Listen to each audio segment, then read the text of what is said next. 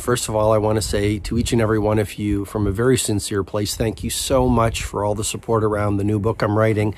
As you probably know, this is month number 8, and I'm on round number 10 of the new book.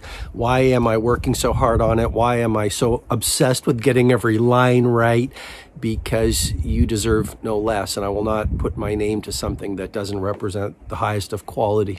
And you deserve no less than the absolute best that I have to give.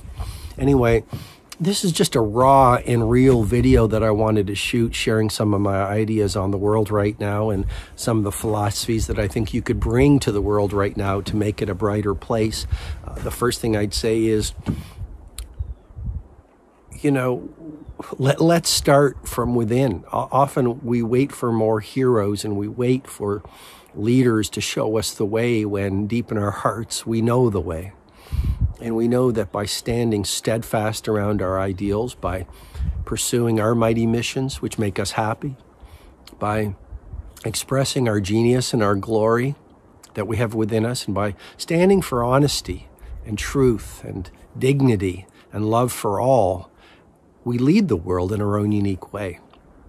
And so please don't give away your power to the economy. Don't give away your power to the pandemic. Don't give away your power to the disruption. Don't give away your power to the trolls that are out there. I mean, I'm seeing so many people, they're unhappy. And so what they try to do is they try to take other people down because they're angry. And what I'm suggesting to you is be a light in the world. Christopher Morley said we can curse the darkness or we can be a light. And I think, you know, hatred doesn't bring love into the world, to state the obvious. So also use this volatility of the planet right now to grow in your creativity. What I find is when things are very uncertain, I become more vulnerable. And when I become more vulnerable, I become more intimate with my creativity. So I want you to think about that. How you can produce your magnum opus, how you can produce your tour de force, how you can write that book you've always wanted to write or launch that movement you've always wanted to launch by exploiting any fear or insecurity that you're in for a greater purpose. Along with creativity, productivity, we are at a war, and we are at a war against diversion and trivial amusements and distractions. And, you know, one of the keys, I'm writing a lot about it in the new book, is a key element of genius, your genius, is isolation. You've got to get away from the world to do your greatest work. When I was a young lawyer, I worked with a lawyer who used to book a hotel room in the city we lived in when he'd be working on a big trial.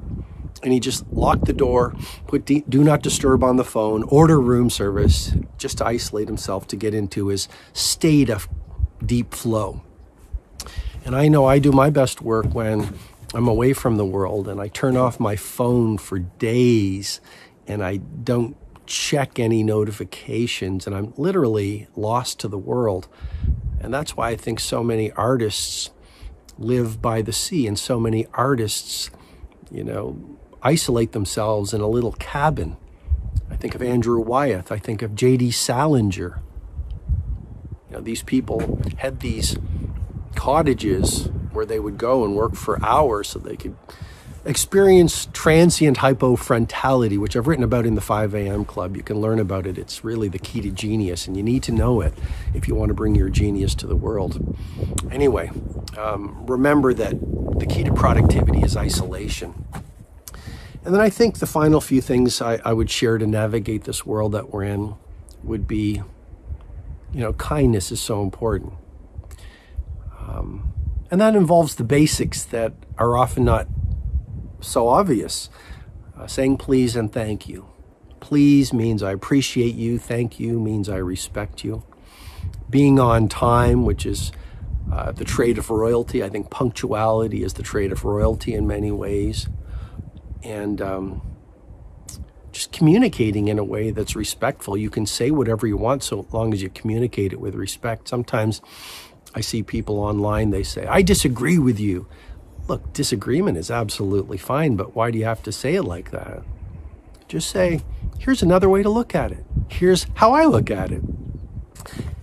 communicating in a adversarial or antagonistic way doesn't serve anyone. And I think what the world needs right now is more respect, more kindness, and more gentleness. Final thing I would say is make sure you have some fun. You know, even in dark times and uncertain times, there are still ways we can find gratitude. We can listen to the bird song I was reading about.